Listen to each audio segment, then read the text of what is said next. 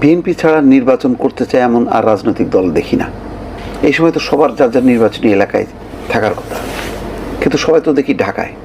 নির্বাচনটা কেউ কেউ মনে করে যে একতরফা হয়তো হয়ে যাবে, মানে এখানে কে জিতবে বিষয়টা নির্ধারিত। বরং নির্বাচন না হলেই তো ভালো, মানে আমিও ক্ষমতায় তুমিও ক্ষমতায়, সবাই যার যার মানে শক্তি খাটাইতে পারতেছে, যাইতে পারতেছে, যমুনায় চা খাইতে পারতেছে। আজকে সালাউদ্দিন আহমেদ বলছেন যে তারেক রহমান আসলে আমাদের প্রচারণার অর্ধেক শেষ হয়ে যাবে, তাহলে আর অর্ধেক বাকি থাকে, তাহলে তো নির্বাচনই নাই, কম্পিটিটরই নাই, এমন একটা ভাব।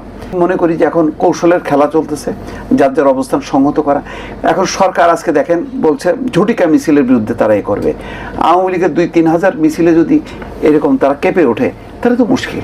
এখনো তো দিন বাকি আছে, যখন নাকি নির্বাচনের শুরু হয়ে যাবে, ওই স্বতন্ত্র প্রার্থীরা যে নেমে যাবে না আওয়ামী লীগের পক্ষে মিছিলে, কে জানে। তো রাজনৈতিকভাবে মোকাবেলা করতে হবে, ভয় পাওয়ার কি আছে? ঝটিকা মিছিল না, মব ঠেকাইতে হবে। যে মিছিল আওয়ামী লীগ করছে নিষিদ্ধ বলি আমরা, যাই বলি না কেন, এটা তো একটা রাজনৈতিক দল, তারা তো যে কোথাও আগুন দিচ্ছে না, কিন্তু যারা আগুন দিচ্ছে, যারা ওই লাশ টেনে তুলে পোড়াচ্ছে, এই শক্তি কিন্তু ভয়ঙ্কর।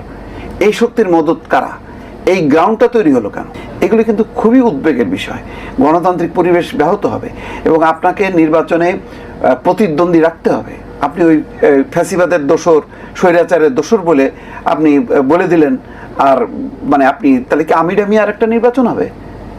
মানে তাহলে জামাত আর বিএনপি তো ঐতিহাসিকভাবে তারা বন্ধু, এখন না হয় কেউ নাই বলে তারা নির্বাচন করতেছে, আওয়ামী লীগ নাই বলে তারা বিভক্ত হয়ে নির্বাচনটা করবে। তো সেই নির্বাচনটা কি মনে হবে যে তারা মৌলিকভাবে পরস্পরের বিরুদ্ধে? তা তো না। তাহলে তো সব শক্তিকে আপনি যদি বাইরে রাখেন, তাহলে আমিরামি একটা নির্বাচন হবে, সেই নির্বাচনটা গ্রহণযোগ্যতা পাবে কিনা, এটা তো সরকারের জন্য একটা বড় চ্যালেঞ্জ।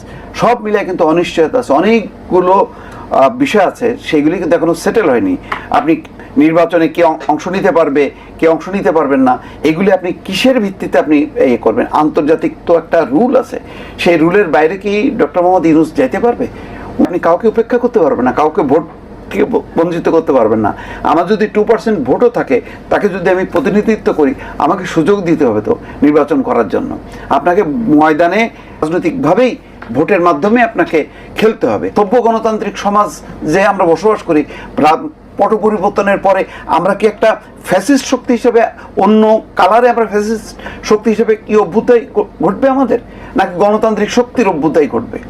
এই বিষয়গুলি সিদ্ধান্ত নিতে হবে। ফলে নির্বাচনটা আস্তে আস্তে কিন্তু সত্যি একটা জটিল দিকে যাচ্ছে।